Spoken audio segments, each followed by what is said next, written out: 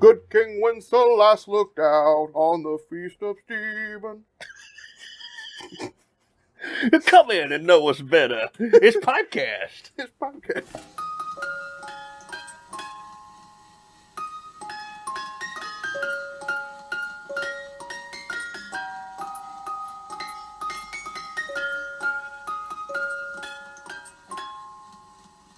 Hello, everyone. If you're listening to this right now, we're actually at the end of recording the episode. An episode that could quite possibly be the worst episode we've ever recorded. Maybe the worst episode of a podcast ever. I'm pretty sure it's the worst podcast episode ever. We struggled really hard for this episode. I don't know what happened. We're going to post it up. But we've decided to edit in this portion since you guys are loyal and you're interested in tobacco. The tobacco we reviewed today. And we went through a couple of blends, you'll notice through the episode, that Patrick had concocted. But the beginning of the episode, we started with Golden Days of Yore. And I think it's important just to kind of go through that. It's a fresh tin opening. I think it needs a little age. It started out a little flat. I recommend stirring it up just a teensy bit maybe, because towards the end of the bowl of Golden Days of Yore, I actually got a hold of that Kentucky, and the flavor sort of rounded out more. It became a little bit more robust, and it was really enjoyable. But it did take quite a few puffs to sort of get to that point in the Golden Days of Yore. Not to say that it was unpleasurable. At the beginning, you sort of get some of those aromatic flavors, some of the spice and everything that they speak about, but really it sort of comes into its own, I think, towards the end, and I think this might be a pretty good blend to age for a little bit. I don't know how long, maybe a couple more months. Make sure you give it a stir just so the components are, for whatever reason, the Kentucky was just really at the bottom of my bowl, so it sort of came into its own at the end. And I can't really add anything more other than I believe they've been doing this one since 2015, maybe. So if you have a 2015 tin that you maybe have let age, now might be a good time to crack it open. Because it probably is really good now. Now, in the past, I have smoked their corncob pipe and a button nose, which is not a bad blend. It's very chocolatey. But once again, it suffers from a lot of aromatic blends that sort of fall flat. This one does have more components to it that give it a fuller flavor. It can be more robust. I do enjoy it a lot towards the end, so it might need a little bit of age to marry up. It might also need to be, maybe that's just mine or the way I grabbed some of the components, but it did seem like the Kentucky was hidden towards the end of the bowl. So I don't know if that means that the deeper you dig in, that's where the Kentucky's at, or the way it was just perfectly laid out, you know? It just didn't seem like it had blended all the different... It seemed like it clumped up the Kentucky in one specific region, and I'd managed to get that to the bottom of my bowl. So I think if you have a more versatile, like if all the components are sort of, in their correct proportions, it's probably a really good blend all the way through. If, unfortunately, you have the more lighter tobaccos at the top and then the more robust tobaccos at the bottom, you're probably not going to find that you like it until mid to low tier bowl. Yeah. Which, that's completely fine sometimes. Sometimes you want a bowl that will travel. I know a lot of times, probably most of the time, you want a bowl that's consistent from the top to bottom. But, sometimes it's sort of fun to sort of see how a bowl travels. What it's doing at the top versus what it does at the bottom. At least for me, being a... not as an experienced pipe smoker, that it's a lot of fun to sort of get to the end and then just sort of boom, like there's something else that hits. It's like, I want. It can be interesting. I like that with skiff mixtures. Sometimes like the Orientals have like a really interesting sour component, and if they're clumped in the right way, you can get that towards the end or at the beginning of the bowl, and it kind of gives the whole blend a different characteristic that actually, in a way, overpowers the Latakia, which I've always found pretty enjoyable. Yeah. Now, granted, I do think skiff and the Scottish blends that I like to smoke and things that I like to smoke are very much Oriental forward, or they have at least condimental Latakia. They're not quite as robust in the Latakia, so it kind of gives you a little bit more complexity with the other tobaccos. But yeah, like like it sort of does have that same characteristic like Yeah. the skiff does, where if it clumps up, it is enjoyable. But I think overall, this is a blend that sort of needs to have it needs to be. You should be proportionally aware in this blend because they do seem to work together. You don't want one thing to overpower another or vice versa because it does seem like they work together. Yeah. Pretty seamlessly. So, if you want to continue from this point on, Yeah, we inserted this in because, like, towards the end of this episode, it did seem like we had. This is a really. I don't know what happened. We have some. I mean, you could probably edit this into a listenable episode, yeah, but, like, we're sort of all over the place. It's been a long week, and we're running right into Christmas, so I think Patrick and I have been a little frazzled lately because it's just you have a lot of family gatherings, you have a lot of work to be done. Patrick and I both 2-3 weeks ago when we were going to originally record this, I think we were a little bit more gung-ho, and then we both had corona scares where we locked down for a little bit, and finally we managed to get it the week before Christmas, and honestly, you got corona. well, I didn't catch it. No, the way you said we were able to get it. You know about get the episode. Get the episode, yeah. But, yeah. No, I didn't get corona. Like, it was just a scare when we were close to people who had it. I mean, we have nicotine in our system. We're not going to get it. Oh man, that's a great point. We forgot to bring that up. So there was a study done recently that says people who imbibe large quantities of nicotine, the nicotine coats, I think, the cells nicotine. Now, it doesn't matter how you get it. It's not specific to smokers. It's not specific to. It's just nicotine users. It could be vapors. It could be vapors. It could be anything. But people patches. people who get nicotine in their system, it coats the cell's, I think, wall, and it makes it difficult for the corona proteins to attach to the cells or attach to the proteins, or the corona cells to attach to proteins, or vice versa. I don't know. I could probably find that article, but it's interesting that it's a sort of a respiratory disease, or it targets respiratory, unless you're addicted to nicotine. So I'm actually curious if I've come into contact with it more, because I think I say even in this episode that I'm pretty heavily addicted to nicotine. Yeah, so enjoy the rest of this terrible episode. I recommend turning it off now.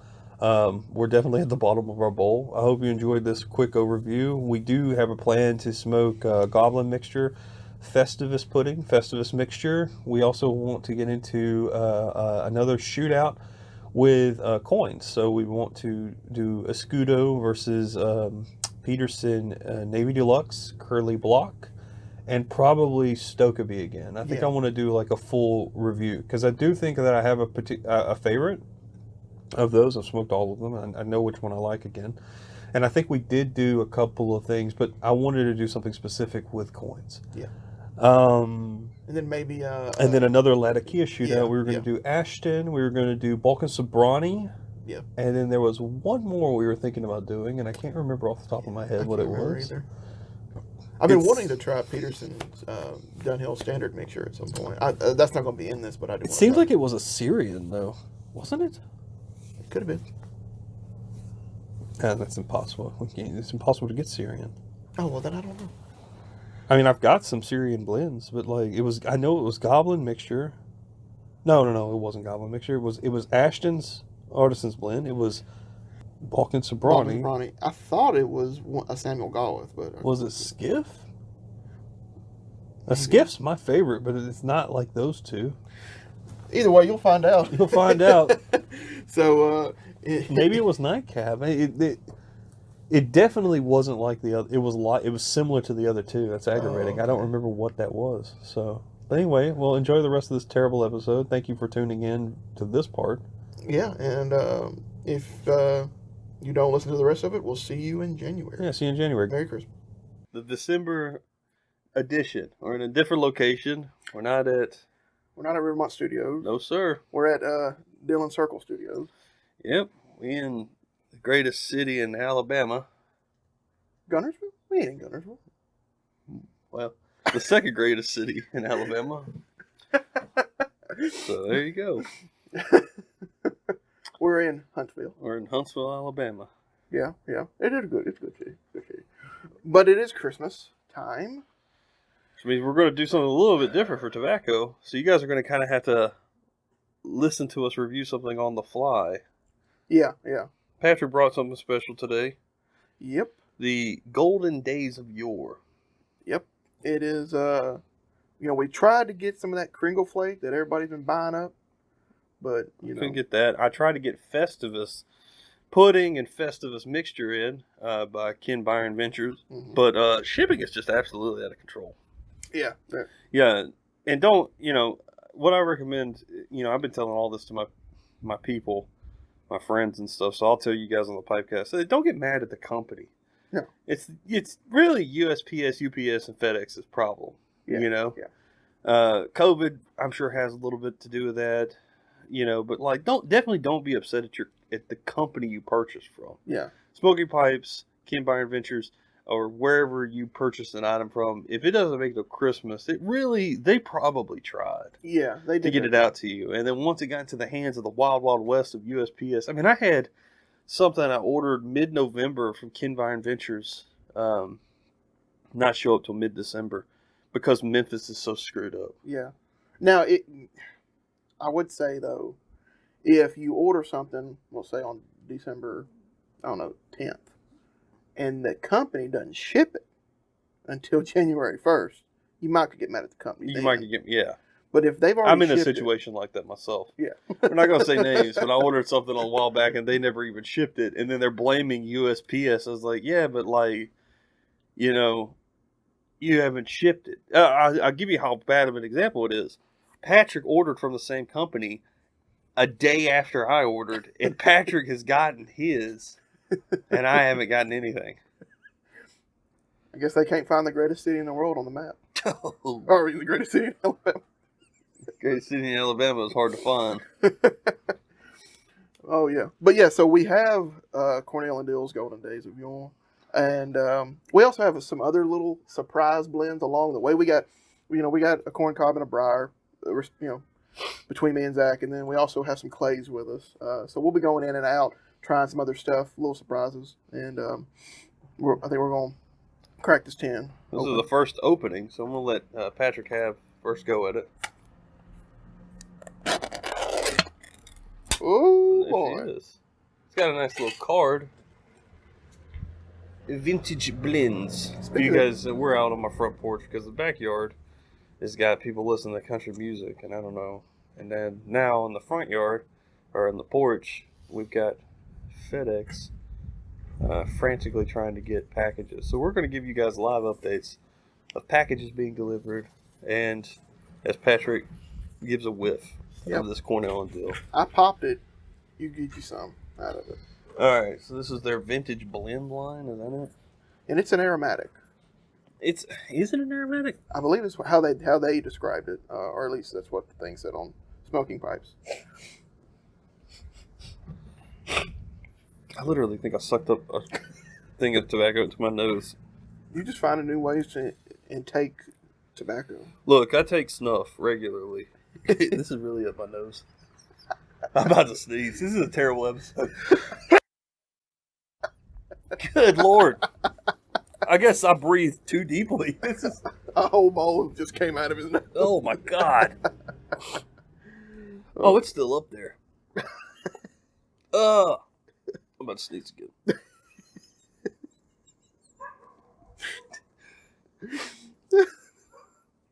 This is a good episode already. Oh, God, that got it. That's disgusting. So, you're enjoying a bowl and a snot rocket. Oh, here's another interesting thing. Pipe tobacco is not snuff. Oh, God, that was really painful. Especially if it's ribbon cut. I don't know if we're going to cut this out or not. Merry Christmas, y'all. I hope you're having a laugh at my expense because I'm an idiot and got a too hard of a whiff. But anyway, so here we are. Here we are. Enjoying a little Golden Days of Yore. You might not get this portion. You might get the outtakes portion at the end. Yeah. Maybe we can find an easy way to snippet this in. Either way. Pardon us while we light up. So this is Golden Days of Yore, a festive mix of Golden Virginias, Black Cavendish, Kentucky, and Catarrini married together into a blend that will bring the spirit of Christmas to even the hardest of hearts. I call that bold talk. Get you a lighter. Jesus Christ. I broke the damn match. That's so much easier. That red phosphorus ain't good for nothing. Yeah. So Cornell Diehl, Golden Days of Yore. What do you think? First impression. I'm getting some like tanginess. A little bit of tang. I can't put my finger. I'm tasting something specific, but I can't put my finger exactly on what it is. What about you? Yeah, it's Thanksgiving Day all over again. Really? It tastes flat to me. People really don't know how to. It's probably I think for a blender, which is ironic to say this, because I think majority of people won't agree, maybe, but it's probably more difficult to blend an aromatic and make it work than it is to blend any other thing. I feel like tobacco can be hidden a lot more easily in Latakia or Kentucky than you can hide bad tobacco in aromatic blends.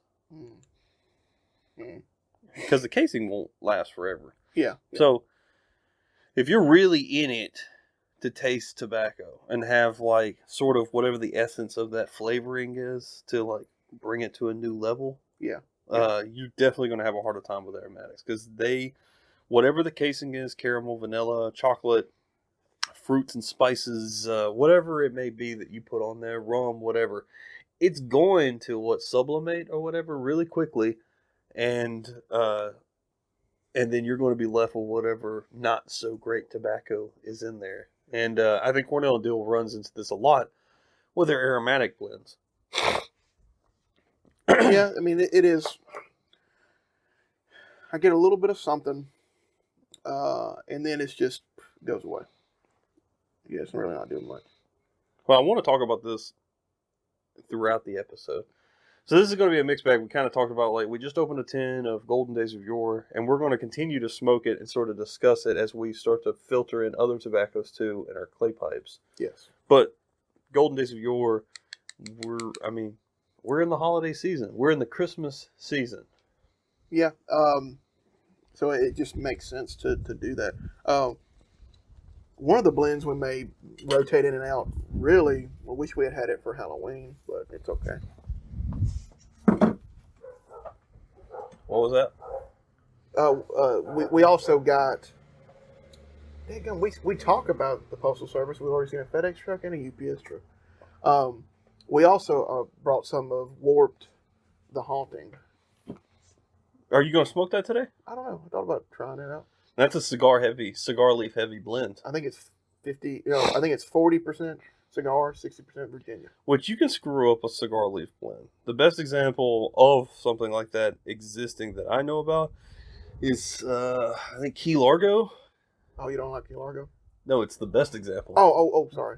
I thought you meant it was the best example of screwing up.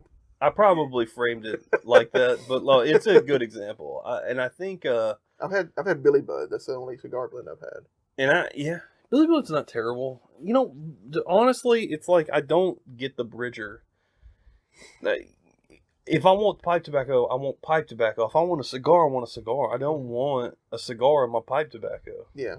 I do think, though, unless I'm misremembering a different blend, I might be thinking about there's a particular Black Cavendish that is made up of leftover bits of cigars, where they chop off the end. Yeah, maybe it's good. I don't know. I just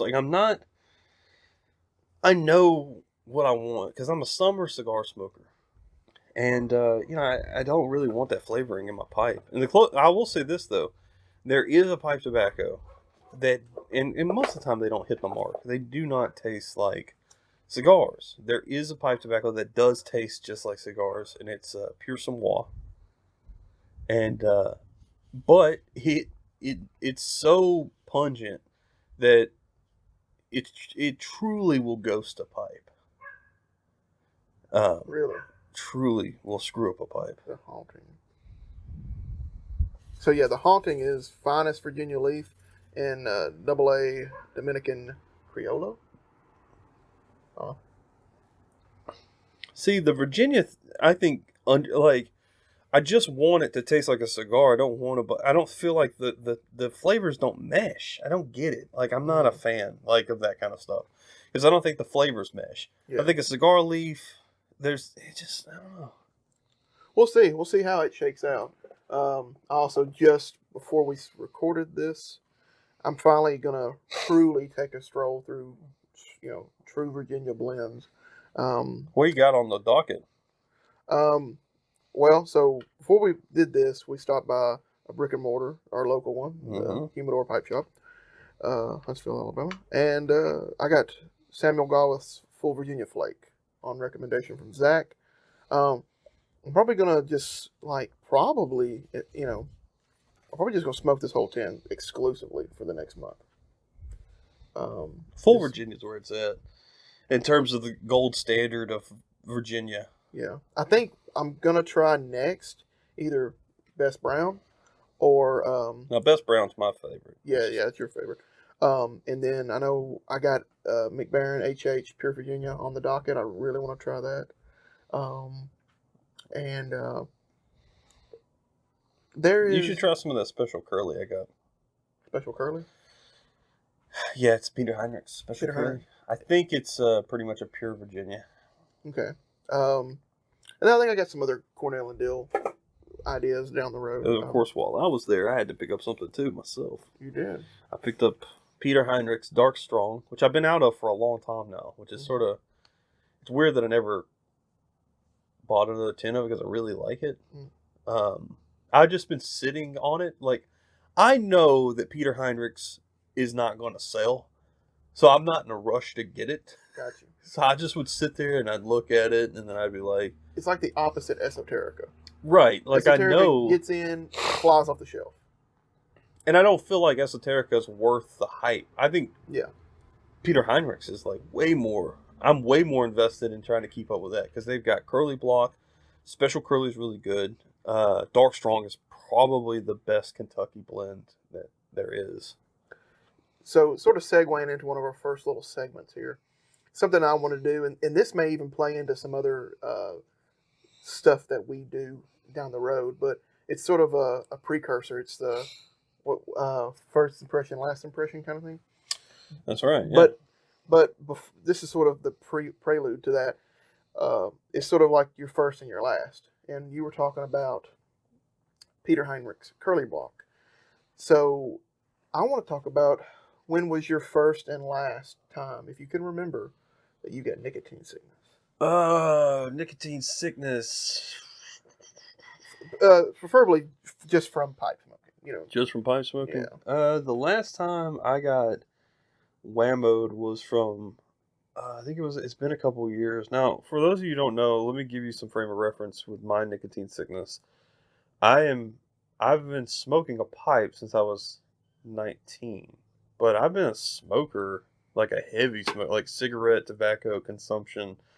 Let's not say smoker, let's just say I've been a heavy consumer of nicotine since I was 21. I like dip, I like snuff, I like cigarettes. There's not a way to consume tobacco that I have not liked so far that I've experienced.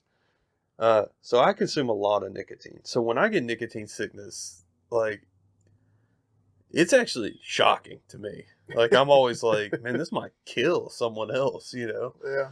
But I smoked Old Dark Fire. And HH? yeah. Oh. Yeah. And I think maybe I'd had a light meal and I'd been sitting on the ground and I smoked HH Old Dark Fire. This is when it hurt the most. Now I've had every once in a while, the most recent, I'm talking about a heavy hitter.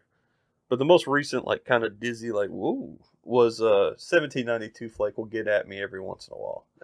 Pretty much every time. Yeah. 1792 is great flake. It's really good. It just has a moment. Sometimes it'll have its moments. But HH Old Dark Fire was so strong and pungent, I literally went to the bushes to puke.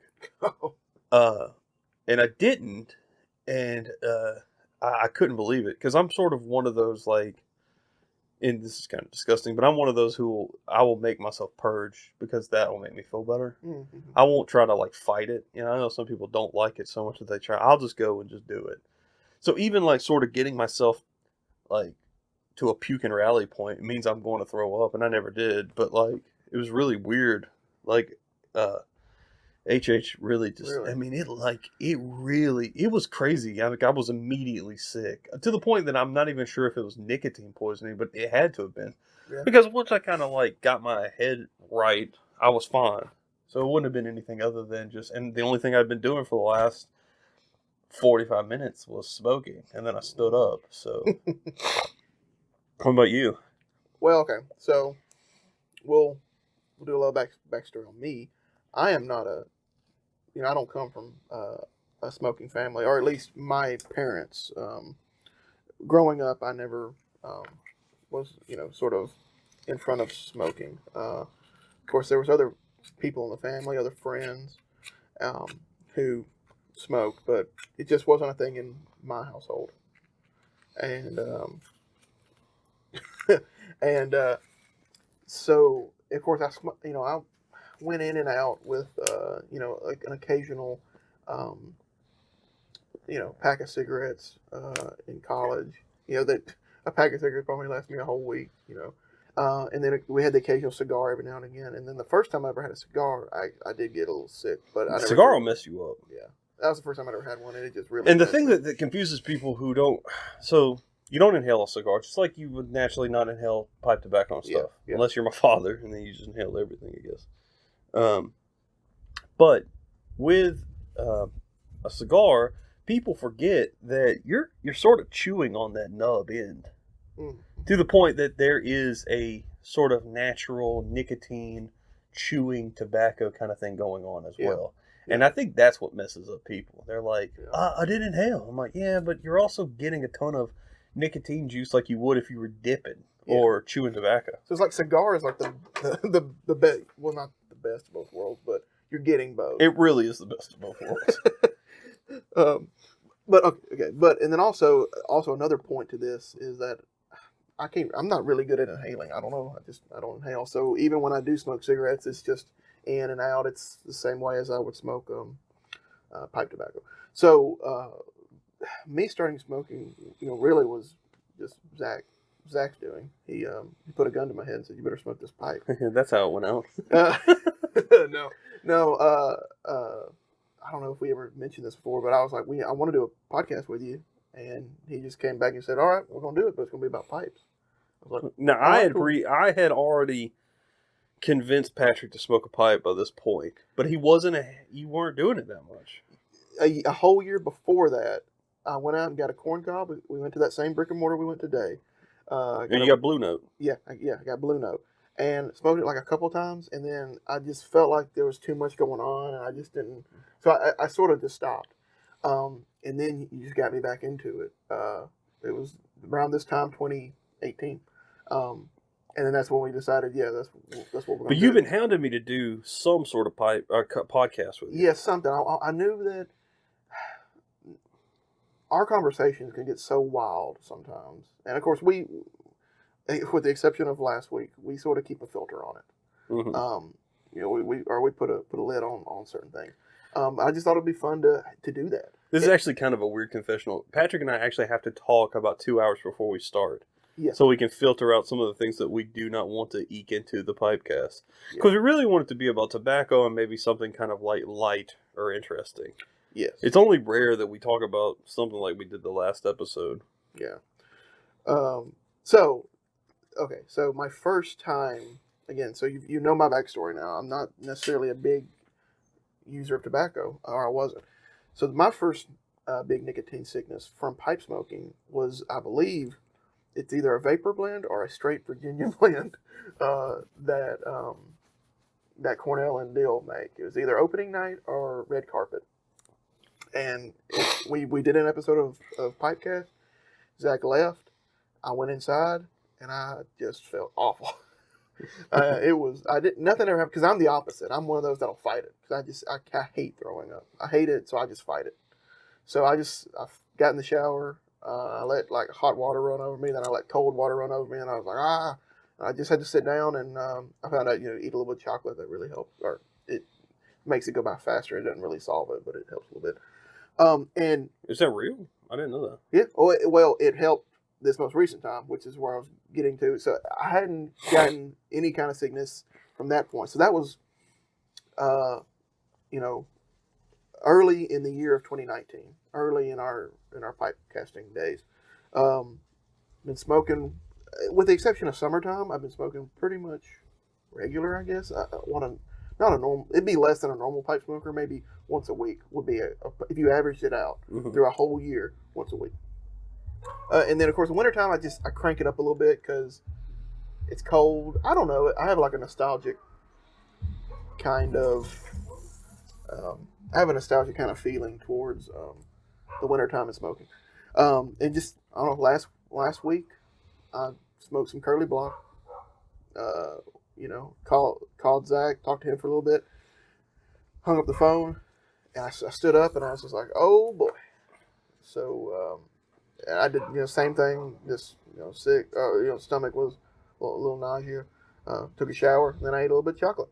My mom makes, during the holidays, she makes 2 different kinds of candy normally.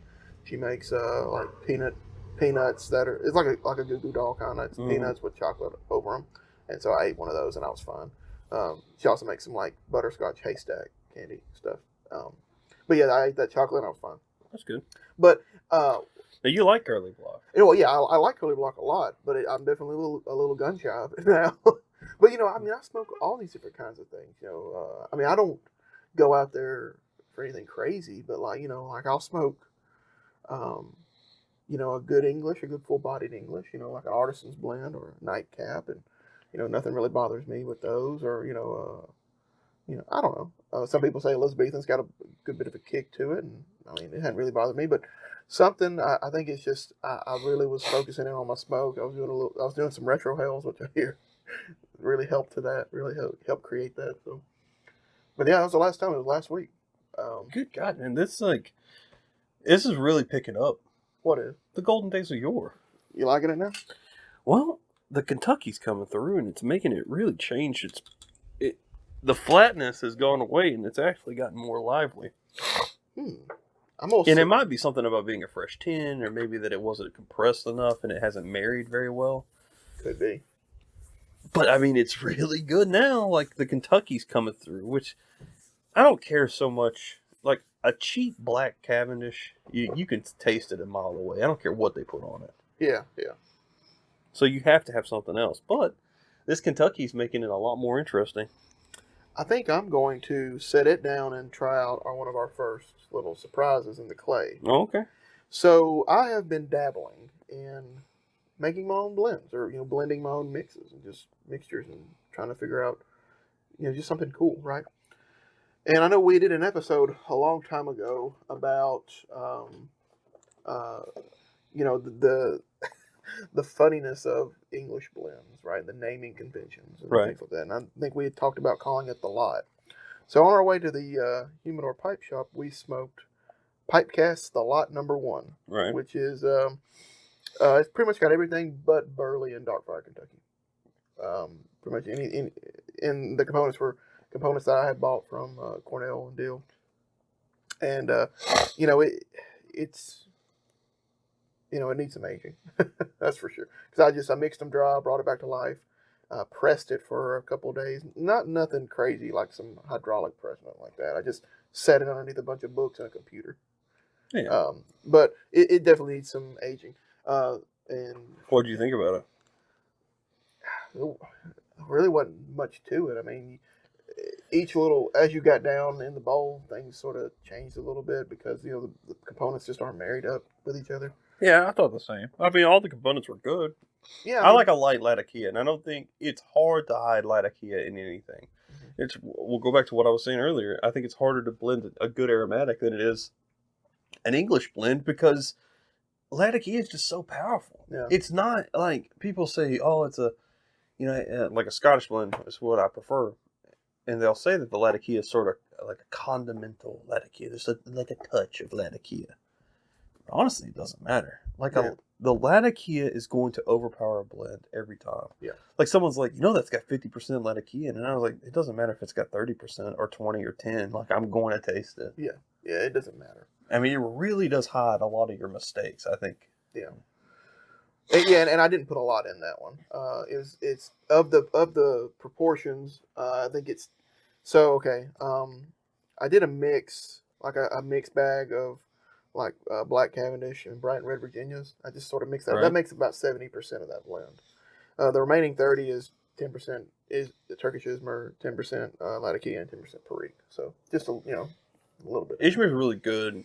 Like all Turkish, any type of like Turkish blends or Oriental blends are going to be lovely. Yes.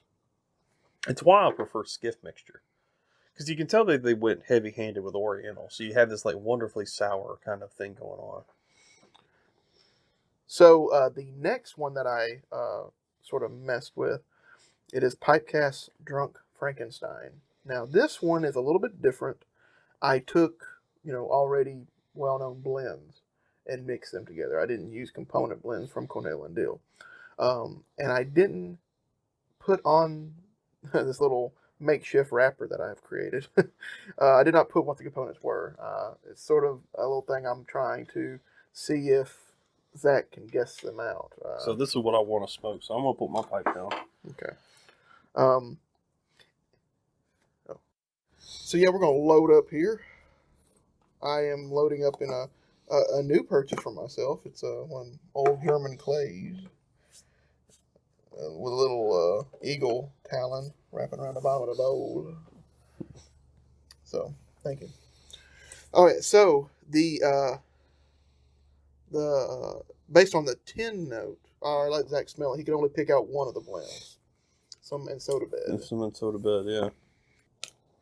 There's a ketchupy smell that smells like an old, like Squadron Leader a little bit. Some sort of like kind of weird, like kind of vinegary smell. But I don't. It might be that Rooster blend. It has that kind of smell. Exhausted Rooster? Mm-hmm. Nope.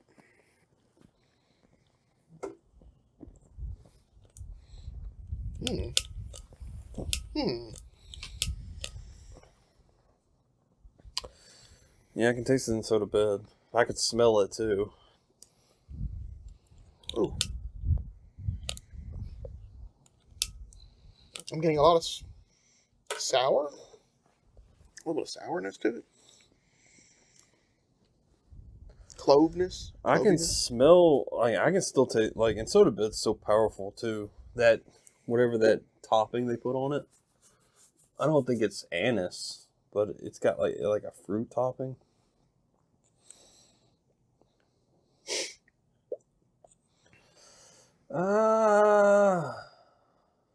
I do taste the sourness. So, I'm going to go ahead and... How many Orientals you got in this thing? Okay, so, in soda bed, Mm-hmm. and then there are 2 more Englishes. Oh, actually, there's 6 blends in here. 2 more Englishes, 2 vapors, and a Burley blend. Elizabethan in here? No. Because there's only like 2 other blends that sort of have that kind of Elizabethan quality to it, where it's like kind of like those weird notes. Fillmore is one. The other is close. Telegraph Hill is another one. It's in here. Telegraph Hill's in here? Okay.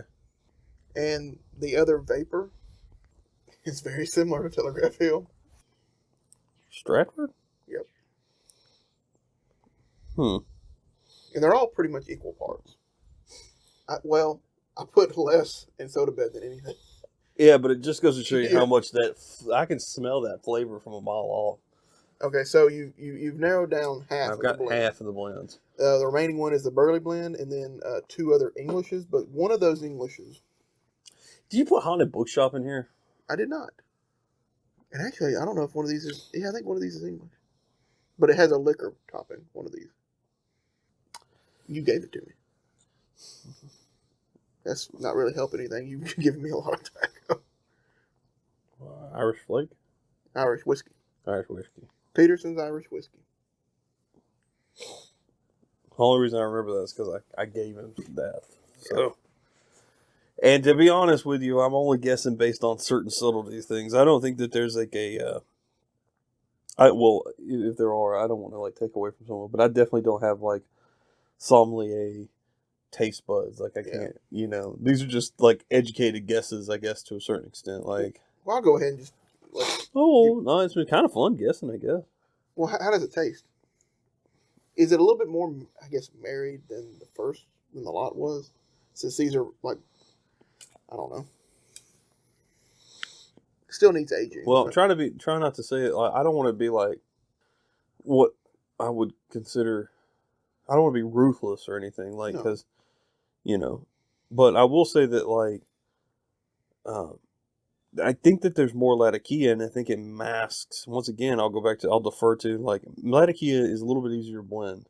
So it does feel more uniform because it feels like the Latakia kind of covers up some of the other blends. Yeah. I'm starting to get some of the Latakia now. I couldn't get it at the very beginning. All I could get was the sourness and the soda bed topping. Age might make it work better. I think that, like, once you get it aged well, married, at least, where the flavors sort of come together, if you could top it or something with, like, a whiskey to kind of give it a uniformity across the board, that probably would make it better. See, I heard what I might do, it might not work, but I heard, I watched a video with Jeremy Reeves at Cornell Diehl, and he was saying that that's really what they use Black Cavendish for, is a way, it's sort of like, the way you described it to me is almost like tofu. Like the Black Cavendish takes on a little bit of the others, and it helps marry things across the board. So it must be unflavored Black Cavendish, huh? I guess is what they use.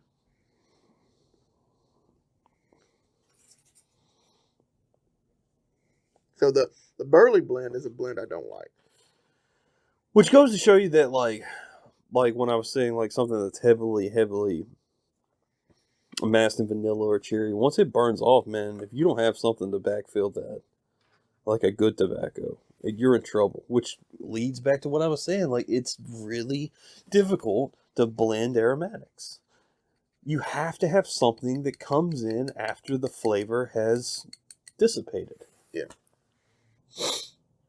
If you don't have that, I think you really are asking for a lot of trouble.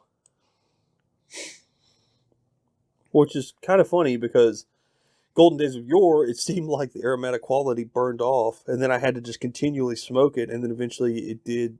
The Kentucky sort of caught up a little bit, and sort of like gave it a boost of interest for me. Yeah.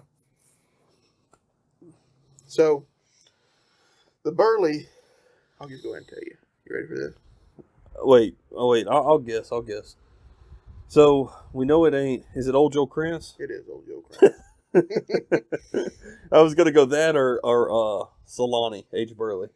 I finished off Solani. I like it. It's so good, right? I may get another 10 of that one. Solani aged Burley is, I think, the gold standard of Burley. I don't think you should get any other Burley, really. Again, I haven't had that much. Pure Samoa, but it's so different. Yeah. It's a Burley, though, but I mean, it's so different. You can't even compare it. It's not in the same ball game. Yeah. It's not in the same field. It's not in the same league. It's not even the same sport, it feels like. It's Burley only in name. It tastes so different. So the last blend. Okay, so you've named in Soda Bed. Soda Bed. Peterson Irish Whiskey. Stratford.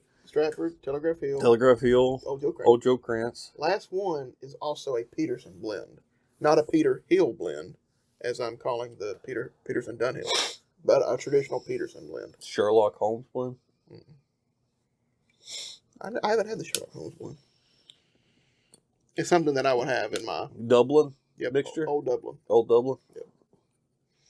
So that is the 6 blends I just threw in. Pretty much equal parts, everything. And we said, let's just call it, let's just see what happens. The Frankenstein is not as bad as the lot. Yeah. Well, the lot needs a lot more time. Which makes sense because, they're just component blends. Mm-hmm. Whereas these all came from an already blended thing, and I just brought them back to life. I let them dry a little bit, mix them together, brought them back to life, put them in a tin. I mean, I don't think either one of us would reach for this, though, right? No. Which all these are like number ones, right? So I'm just gonna keep working with them, aging them, right? Doing different things with it, and just seeing, how it is. The very last one, we'll get to it later. I think. See, it's with just straight components, so it's probably gonna need some age on it, but there's no lattice key in it, so we're probably gonna be able to tell something. Out of that. You want to try it, or do you want to switch back to Golden Days? What do you want to do? I think I'm going to switch back to Golden Days for a little bit. Oh, buddy. There's a lot of stuff going on. So, the assignment, or the topic. This is a very strange episode. I don't know what to tell you guys.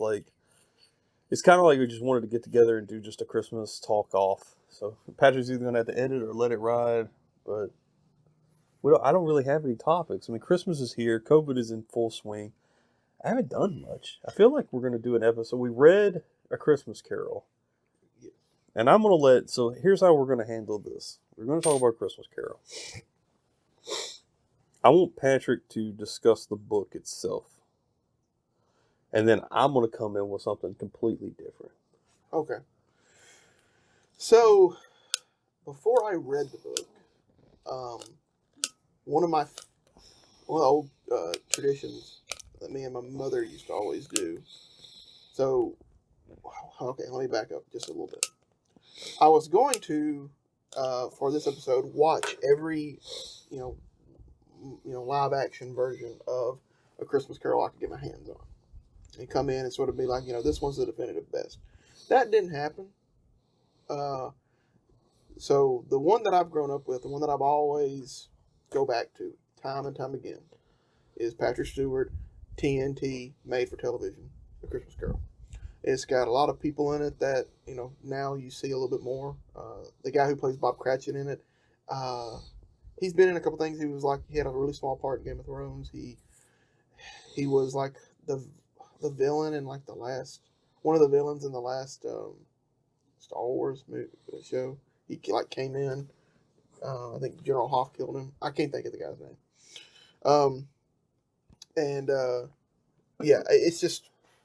It's a really good version. I mean, it all came about because Patrick Stewart was doing plays of it. He would do like a one man play kind of thing. I believe. If I could be wrong, but I know he was going to play. I don't know if it was one man or not. But so they just took that, brought in the full cast, and did a made for TV version. It's still so good. It's, from best of my knowledge, it is spot on with the book. There's not a lot going on with it. They don't change a lot of it. I made it through halfway of the Guy Pearce one that FX did last year. And it's interesting. They definitely do a different take as far as the way Scrooge is. It's a little bit more spooky, I guess you would say. It feels more like a ghost story, and then I got through half of the Muppets one. And I still stand by the Patrick Stewart one being the best one. Muppets one was fine, but there's just something about Patrick Stewart and the way he embodies Scrooge. As much as I love Michael Caine, son of a gun, the Muppets one was fine. Are you high? It was fine. No, get out of my face. I mean, like I said, Michael Caine is a good actor, but he's no Patrick Stewart when it comes to Scrooge. Now, Patrick Stewart's no Rizzo the Rat. Well, there was no Rizzo the Rat in the original. Are you saying there's no rats in London? There's no Rizzo the Rat. You don't know that? That could have been a Rizzo the Rat. I mean, okay, I'll tell you this. Aside from Rizzo, the Muppets one was fine. Rizzo did make it more enjoyable. Well, and I like the guy playing Charles Dickinson. What's his name? Wait, Charles Dickens isn't in that. Well, you mean Scrooge? No, his character. Who is with Rizzo? What's his buddy's name? Gonzo? Oh, Gonzo, yeah. He is playing Charles Dickinson Charles Dickens in the book. God, I forgot that. See, you don't even know what you're talking about. You got Disney Plus. It's on there. That's where I was watching it at. I'll rewatch it. Okay, but it's fine again. But I just I know. Patrick Stewart's great. Okay, so yeah, so the Christmas Carol. I watched a little bit of. There's a channel that me and Zach, which is funny enough, we both like found it on our own. Mhm. Like you didn't mention it to me, and I just all of a sudden found it. It's the Townsend's YouTube channel. He does a lot of 18th century cooking. His stuff is interesting. Yeah. Yeah, I love what he's been doing, like building stuff. Like he built the forge. For you know, He's built a whole town, I think. yeah, it's incredible.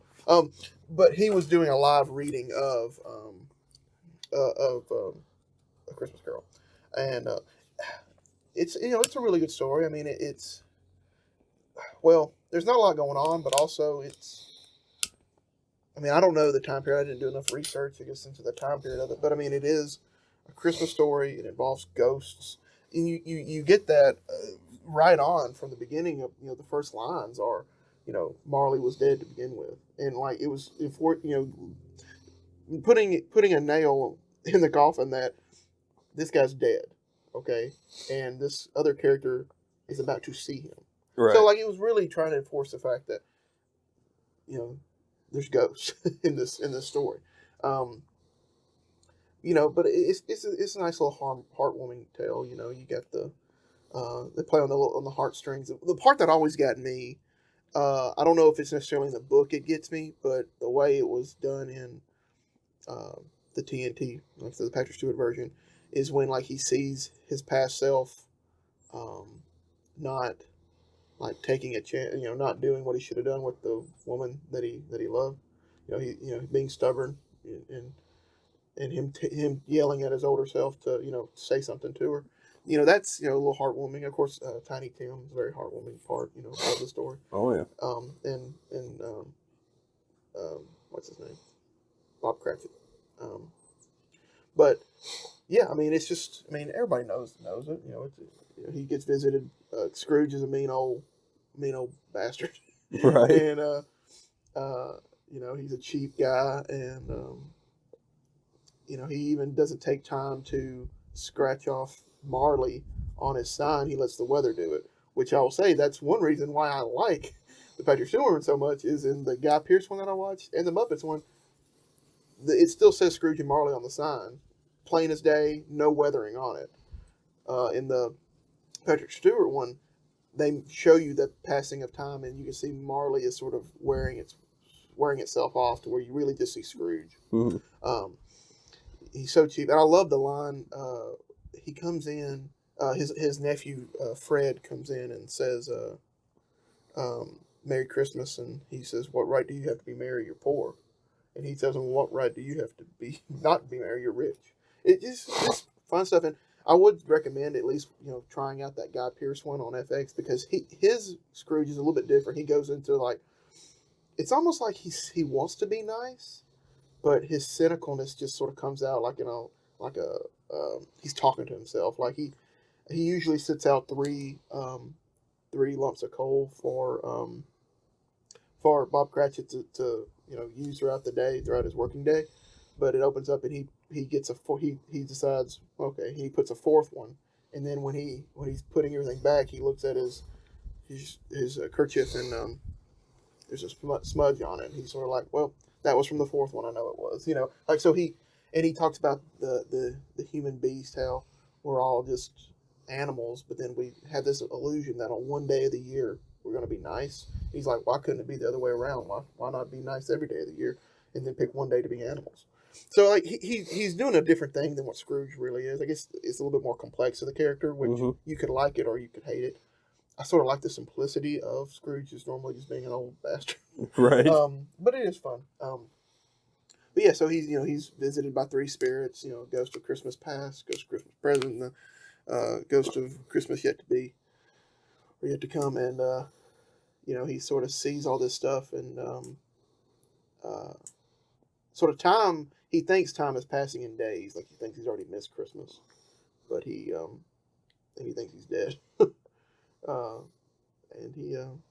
but he's not. He's able to. He has a change of heart, and he's able to sort of turn over a new leaf, kind of thing. Sure. And like I would recommend reading it, going to Townsend's and listening to his live recording of it. and try any of the versions of A Christmas Carol. But if you can get your hand on that Patrick Stewart one, you won't be mistaken. Oh, what I was gonna say is that was a tradition. Me and my mother would always watch it Thanksgiving night. So it would be like we had Thanksgiving. Now here's our transition into Christmas. We'd watch A Christmas Carol. Nice. So, but I believe you have some interesting takes on Papa Zach's has got some hot takes for y'all. Now, none of this is canon. It should be, but it's not. This is what a true believer believes. A true believer. Okay. Someone who believes in Scrooge before he turned into this simp who's just giving out money and stuff. All right? Okay. Because, like, I think that this is so dumb. Ebenezer Scrooge did not change who he was. Okay. He didn't. Ebenezer Scrooge, in my opinion, you got to take it the characters. You can't look at what Charles Dickens did. All right? Yeah. You got to look at Ebenezer Scrooge, the character, right? Yeah. Clever, cunning, emotional, Oh. Yeah. So what is he really doing here?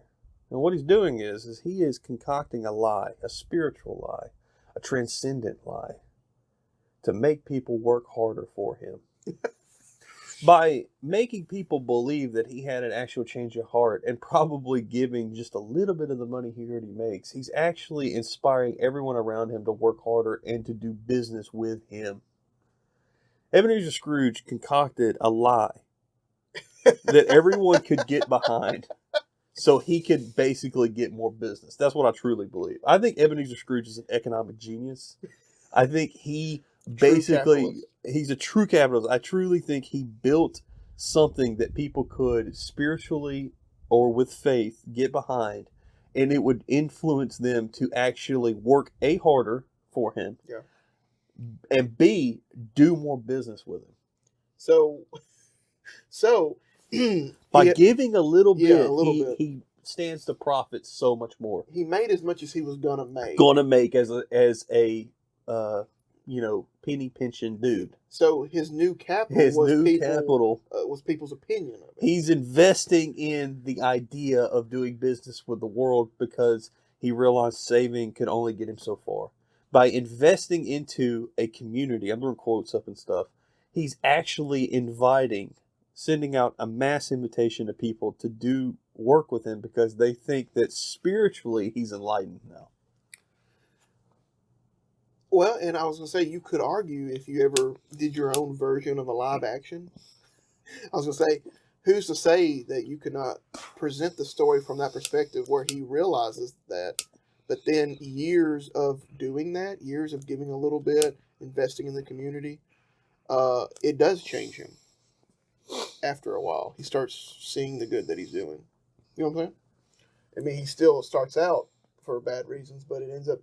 I mean, I guess you could say, like, over the course of whatever, that, like, perhaps it changes him for the better, like he sees. But, I mean, if you're raking in money, you don't care, Well, I guess that's sort of the point. What does it matter if you change, if you do something that betters the economy and the community? But the thing is like, let's say, I guess, look at it this way. Let's say that he makes $10,000 and gives nothing, right? Yeah. Now let's say he gives 1,000, but he makes $1 million. So from the outside perspective, he's giving, but he's not giving anything. And if you are like giving this little bit, right? But now you're stand to make triple what you originally were accruing. Yeah, who lost? The city. Ebenezer Scrooge is a genius. He's a lying genius. I love it. He's an economic brilliant man. He's like, oh, I could buy some dumb turkey with some coin and I can put a scarf on and run around and like say like, I love Christmas and everyone's going to want to do business with me. And then it's going to like make my profits go up tenfold. And all I have to do is give maybe 0.5% of my profits to charitable organizations. And no one's going to come after me. Bro, he's a genius. I come over here talking about how this is such a heartwarming story of a man changing. And you just come in and say, America. Hey, all I'm saying is that, like, I don't believe that he changed. Yeah. I believe he was just like, you're right, I should give ghosts. So do you think he really was visited? No, Or I think he everything? conjured up the entire thing. I truly think it would be great for me to do something with this idea. Mhm. Like, basically write a 19th century fictionalized economics paper written by Ebenezer Scrooge about how basically to turn a profit on goodwill, essentially. That's funny. I'm a pessimist. I'm a true pessimist. That's evident. So, like, in my opinion, there was no heartfelt whatever. Scrooge just concocted this lie to make everyone work harder and do business with him. I mean, it's not really that much of a stretch to think that. I mean, the way I look at it is like, it'd be different if a lot of rich people over the world were having these ghost experiences, But this one dude, This one random guy has a ghost experience, suddenly. And then he's like, yeah, like, I understand Christmas and what I've been missing out on. And then everyone seems to immediately be like, wow, You're a good man. you're a good person. And you notice there's no, like, it's very interesting because the man is a genius because there is literally no Christian overtones. It's Christmas. Yeah. Which I love that part. Like, he literally makes it universal. Everyone's like, wow, it's just goodwill. Mm-hmm. It's got nothing to do with, like, Christianity or the symbolism or anything like that. It's just Christmas. Yeah. It's Saturnalia. It's the old pagan gods. It's something everyone could get behind. Yeah. So this dude's a genius. He's hitting on all fronts. Like, the Christians are like, it was Jesus. And then the non-Christians are just like, it's humanity. and Ebenezer's just like, money's green.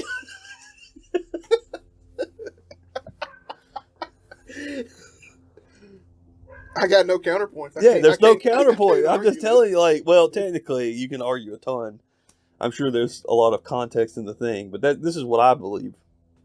It just seems strange, if I would see a movie and they're like, strange rich aristocrats visited by ghosts every year during Christmas Eve, Mm-hmm. and that was sort of your weird exposition into the rest of the story, then I'd be like, yeah, he didn't concoct this. But the fact that, like, this one curmudgeon-y dude who loves money suddenly has a change of heart overnight because of ghosts.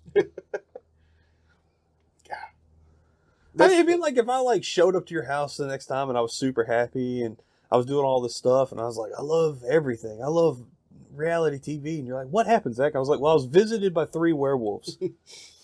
And they told me that I should be more indulgent in this crap that I hate usually. And now I'm happy. You would think that that's garbage. But it 'tis the season, baby. I truly think Ebenezer's a genius. The greatest man. The greatest economist of the 19th century is Ebenezer Scrooge. It's called social engineering, baby. Well, there is PipeCast's take on A Christmas Carol. If you have any questions or comments, you know where to find it. Tune in for more of these hot takes on the next episode.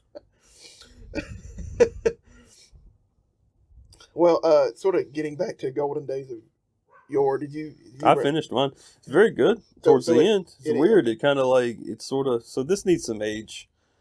I think if you crack the 10, maybe, I don't know why that Kentucky was hidden so low in the bowl.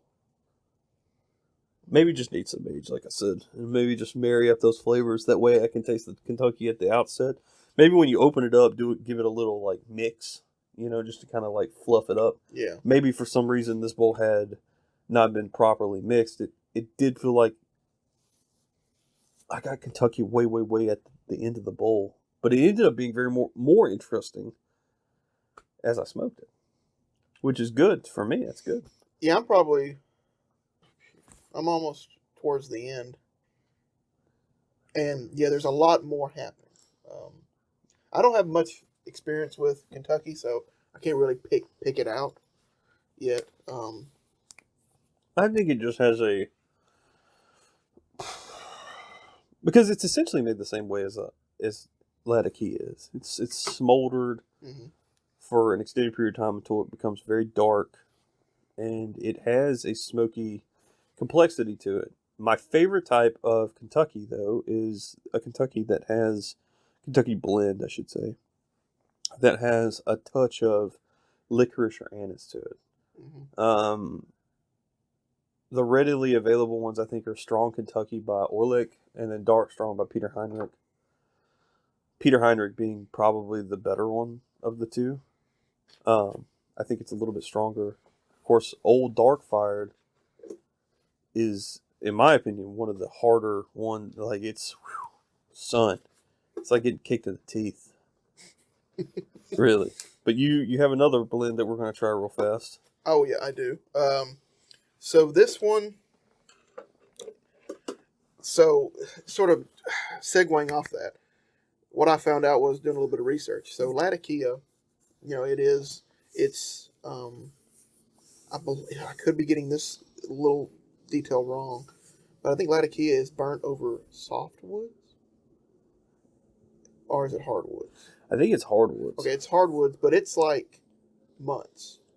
Months and months. And actually, Latakia does not really have that much nicotine in it. Latakia is actually real low in nicotine.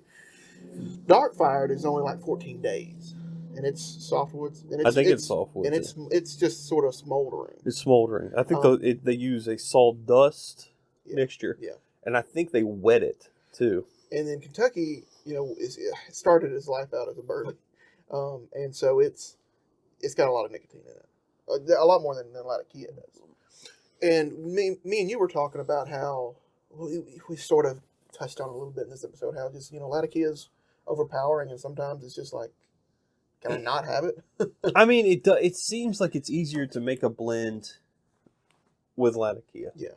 So I'm sure people are going to be upset about hearing that, but it's just like, what are you tasting outside of Latakia? I think that the other components heighten Latakia, but you're not tasting anything other than Latakia. Now, that's my opinion, so take it, whatever. But, so what I did was, now these proportions aren't the same, but it's essentially the same components of Nightcap.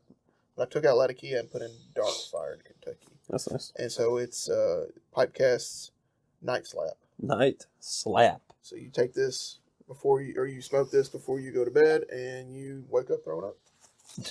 I don't know. In the morning, just throw up. No one would smoke this if that was the case. They're like, yeah, you smoke it, and then the nicotine sort of hibernates, and then it jumps in your face at the end.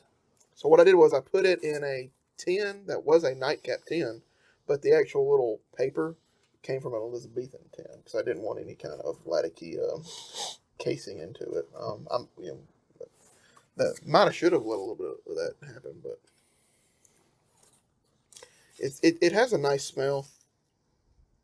Again, it is much softer. Yeah. Without the Latakia. Yeah. Again, though, it's just some component blends. It's probably not gonna, it's not gonna be very well married, but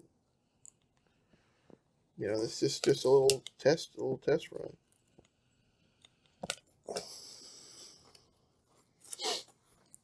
I haven't smoked Nightcap in so long. Oh, this is nice.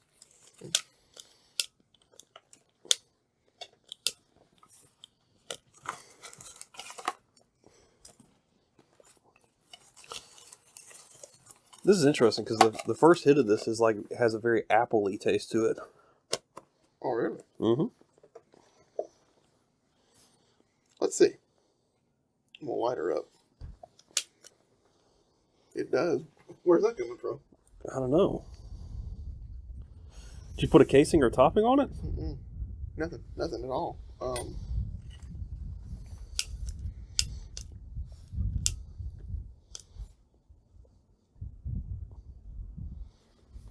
That's crazy. So just regular components. Do you know what your proportions are? Mm-hmm. The components are the percentages. I'm trying to remember. It's about a fourth a cup of red Virginia, a fourth a cup of bright Virginia, an eighth a cup of Perique. Let me see here. Then an eighth a cup of what's it called? Turkish Izmir. Oh. And then an eighth a cup of dark black Kentucky. It's got to be that Izmir. That Izmir is giving it that apple flavor. I know it is. It's definitely, I would say, the most interesting of the three that I've done, or that we've blended together. It's because it doesn't have Latakia, I guess. Well, it tastes like straight apples. Huh. That's crazy. That is a weird. Goodness. Yeah, even on the retro hell, it's appley, maybe a little citrusy kind of. Mm-hmm. It's probably coming from those brights. But normally when you taste like a hay-like, Mm-hmm. right? It's apples now. It's not. There's no hay in it. That is very peculiar. I'm really interested in what this will be like when it gets some age on it. Well, I'm going to cellar up all three of these really and just sort of let them sit probably for a year and reevaluate it. Yeah, reevaluate on the next Christmas episode, I suppose. Yeah. Probably going to test out more blends too, and more ideas. Might get into some casing or toppings.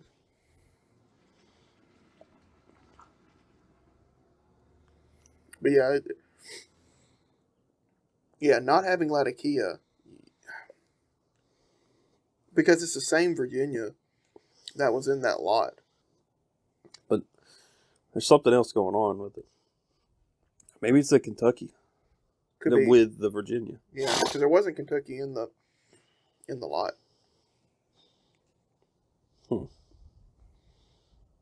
But it's not just me. You taste it, right? Yeah, I taste some kind of apple. Excuse me, a little bit of citrusy kind of. Well, the interesting thing is like, there's no casing on it, so you're just really getting natural tobacco. I don't know. It's weird. So, while we're sort of pondering on this, what are some of your favorite Christmas songs? You got a favorite Christmas song? So, you know the Mariah Carey song? Yeah. That everyone just drops garbage on? Yeah. There's an orchestral version that's amazing. It's just a piano and a cello. Oh. And it's really good. Really? So it's sort of like, you've heard of dueling pianos and stuff like that, Mm-hmm. right? Similar. Like one will take the lead and the other will take the back. And then another one will take the lead and the other will take it back. And it's really good. And that's not a bad song. So y'all can... But my favorite Christmas song... I like Little Drummer Boy. I like O Holy Night. Yeah. And I like the Beach Boys. I like Beach Boys. The Beach Boys. That's probably the most like... I love that one. Yeah. Come out. And Christmas time goes around Yeah. each year. Woo, woo, woo. Yeah. That's a good song. Like. But Mariah Carey's song's Yeah. good too. People hate it. I think if you listen to that like piano cello version that I'm talking about, Yeah. you'd probably really like it. I think, okay, two points to what you're saying. The reason why people don't like Mariah Carey, I believe, it's controversial, is the reason why people don't like Nickelback. Is just that it got overplayed. I don't think Nickelback really was that bad until that one album came and they literally played every one of the songs to death on the radio. I mean, you I'm know not my saying- opinion. Like, it's I know. like, I know I have the same opinion I've had for years. I don't like Nickelback, but I also don't like Nirvana. And if you don't like Nickelback and you like Nirvana, you're a hypocrite. So, boom. Because they're the same music. I had people literally ready to go toe-to-toe with me in like a fist fight over that stuff. And I was like, I'm not going to fight you because you don't understand music. They're the same band to me. Like, one begot the other. Okay. All right. My Same second. thing with Creed, man. Like, get out of here. Yeah, I like Creed. Well, then you should like Nirvana and Nickelback. I like the Foo Fighters more than Nirvana, but of course, to you they're probably the same thing. Yeah. No, I mean, Foo Fighters at least tried to do something different. I like the Foo Fighters a lot. I just on a daily okay, if I had a choice, to listen to any band, like they said, you got to listen to one band for the rest of your life. Yes. I would pick Foo Fighters over Nirvana every time. I'd pick Red Hot Chili Peppers over Nirvana every time. Yeah. Well, that's good, because they're not good. They're not a very good band, so boom. But your second point, though. The irony is that, like, some of the bands that I would pick if you had to listen to, they sound the same, but I like the consistency. And that's kind of my complaint about Nirvana, except I just don't like their sound. I got you. There's some songs. Because there's some versatility. Like, Eels would be a really good choice, or Ween, because they're, if for the rest of your life, because a lot of their songs are not consistently the same. Yeah. I like Dave Matthews Band, and a lot of their stuff is different to me, but some people would think they're the same. Yeah, see, I would say that they're relatively similar. But not everything. Yeah. I mean, they've been doing But I mean, like, if I were to say, like, I'd be a hypocrite if I was like, that's stupid, you should pick something like Radiohead. It's like, no. Dude, like, after OK Computer, they essentially are the same band forever, But that's what I like about them. I like that. I want to hear that. Yeah. I don't want to hear anything. I want to hear that. Exactly. You made another point. What did you make? Bands. No, this is the Christmas music. I mean, I like the Beach Boys song. Oh, okay. I was going to say, this is a sort of not controversial. It's probably not a popular opinion, but like, people talk about the Beach Boys versus people talk about the Beatles versus like the Stones and all that stuff. I'm a Beach Boys guy. I like them. They're my favorite from sort of that time period, I guess you would say. Stones might have been a little bit later, but like, I like Beach Boys. I prefer to listen to Beach Boys over Beatles. I don't even like the Beatles, There's a handful of songs I like, but I just think I've listened to Beatles songs, right? And then like, the Beatles plays that, right? And I'm like, really? And I'll go listen to it, and I'm like, wow, the cover was better. You know what's so funny? There's some people who hate covers. I love covers. I love hearing different styles of the same song just to see what other people can do. Because, like, essentially a song is lyrics. So a cover is the same lyrics, but giving you a different kind of music component. And I think that's interesting. Yeah, I mean, like, they're like, the Beatles are talented writers. Yeah. Obviously. I just think that, like, it's just not my cup of tea. Yeah. And I prefer the Stones. I think the Stones have way more interesting things. And, but I mean, like, John Lennon, he's a great womanizing, wife-beating songwriter, child-abandoning songwriter. So, I mean, I dig him. For his ability to, be a horrible person who probably should have been shot and was. But he wrote songs, right? So he should be loved. I mean, to hell with all his horrible philandering and really insane, child abandonment, alcoholism, beating people. He was a voice of a generation. Okay. We're going to get away from that for a second. What? I'm just saying, like, I think it's sad that people remember him for all that horrible stuff he did and not for the songs that he wrote, which are so much more powerful. Everyone remembers him for all the bad things he did, They're awful people, right? And and really he's a voice of a generation, I mean, we're all human. We all make mistakes, right? I mean, I just don't understand how he's not remembered for the songs and he's only remembered for all the horrible, terrible things that would have gotten a lot of people jail time, But no, it's just sad because he was such a gifted songwriter. I'm going to say my favorite Christmas song. I do like Little Drummer Boy. I like the Bob Seger version of Little Drummer Boy. But my favorite, Yeah. it has to be "God Rest You Merry Gentlemen," "We Three Kings," "Bare Naked Ladies" with Sarah McLachlan. I love that song. Huh. I'm not a big Bare Naked Ladies person, like in general, like their other music, but like their holiday album was just, I don't know, something about it. I love "God Rest You Merry Gentlemen."